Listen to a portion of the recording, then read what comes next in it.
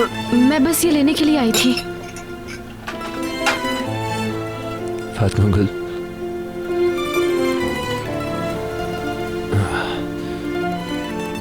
मुराद डरा हुआ था। सुलाकर आई हूँ अभी। तुम ठीक हो ना? आंखें बंद करती हूँ तो उसका चेहरा नजर आता है। वो मेरे घर में दाखिल हो गया। उसने मुझे दोबारा हाथ लगाया, लेकिन मैं नहीं डरी।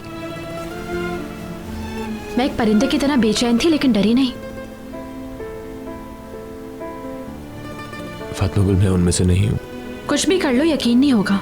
वो ऐसा क्यों करते अगर मैं उनके साथ होता, और वो ऐसा क्यों करते अगर मैं उनका दोस्त होता? तो क्या? वो मुझसे भी उतना ही डरते हैं जितना तुमसे डरते हैं वो, क्योंकि वो जानते हैं कि मैंने कुछ नहीं किया। कुछ भी कह दो, लेकिन मैं तुम्हें माफ नहीं करूंगी। वो कुछ नहीं जानते हमारे बारे में। उन्हें लगता है कि हम एक साथ हैं। वो और ज्यादा खतरनाक हो जाएंगे। हम नहीं, मैं कहो। फातिमा गुल, हम दोनों एक साथ हैं, चाहे तुम मानो या न मानो। ना हम एक साथ हैं और ना ही कभी हो सकते हैं। ऐसा नहीं है। अगर तुमने मुझे माफ नहीं भी किया, मैं तब भी माफ नहीं कर पाऊंगा खुद को। ऐसा ही होना चाहिए। हाँ, मैं गुनहगार हूँ, क्योंकि मैंने तुम्हें नहीं बचाया, और मैं ये मरते दम तक नहीं भूलूंगा। मैं तुम्हें पहले भी बता चुका हूँ। बात को समझो, मैं उनमें से एक नहीं हूं।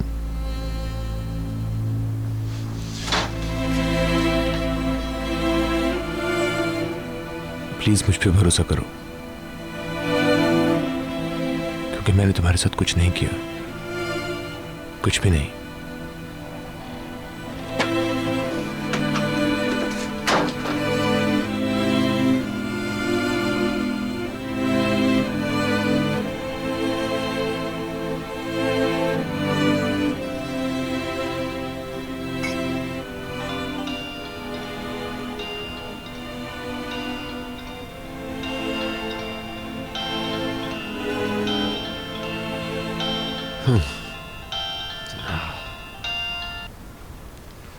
हेलो मरीम अपा। मैं सब कुछ जान गई हूँ करीम। क्यों किया तुमने ऐसा? ऐसा क्या जानती हैं आप? वो सब कुछ जो तुमने मुझे नहीं बताया है। मैं जान गई हूँ ये बात कि तुमने उन लोगों से पैसे लिए हैं अपनी आवाज बंद रखने के। फातिमा गुल भी जानती है कि तुम एक बिके हुए आदमी हो। लेकिन वो एक बहादुर लड़की है, रोज तुम्हारी शक्ल देखती है। अगर मैं उसकी जगह होती तो तुम्हारा मुंह नोच लेती अब तक। अपा, उस रात मैंने तुमसे पूछा था, यशरांस के घर पर सबके सामने पूछा था। मैंने कहा था मुझे सच सच बताओ, इन लोगों से डरने की कोई जरूरत नहीं है। अब मुझे पता चला कि तुम असल में डर नहीं रहे थे, बल्कि तुम बिक चुके थे। ये सच नहीं है। तुमने वही किया जो वो लोग कह रहे थे। क्यों बचाया तुमने उन लोगों को? हाँ, क्यों झूठ बोला तुमने मुझसे? ठीक है, मैं आपको सब बताता हूँ। वो तो तुम्हें बताना ही होगा। जब मैं वहां आऊंगी, जब तुम मेरी आंखों में देखकर मुझे सब सच बताओगे। शर्म आनी चाहिए तुम्हें। शर्म आनी चाहिए करीम तुमको, और मुझको भी।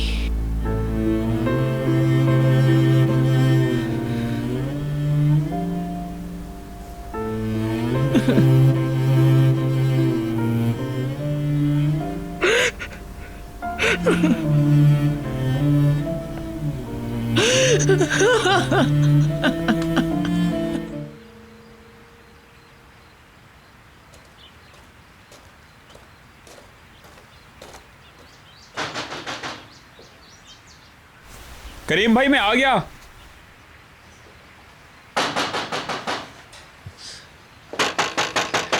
सबर सबर। ठीक है, मैं दरवाजे पर हूँ। अच्छा रुको, मैं आ रहा हूँ।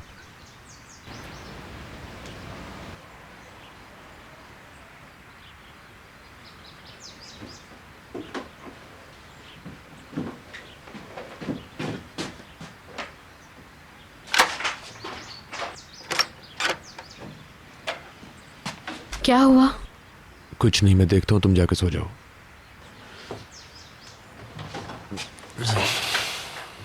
हाँ।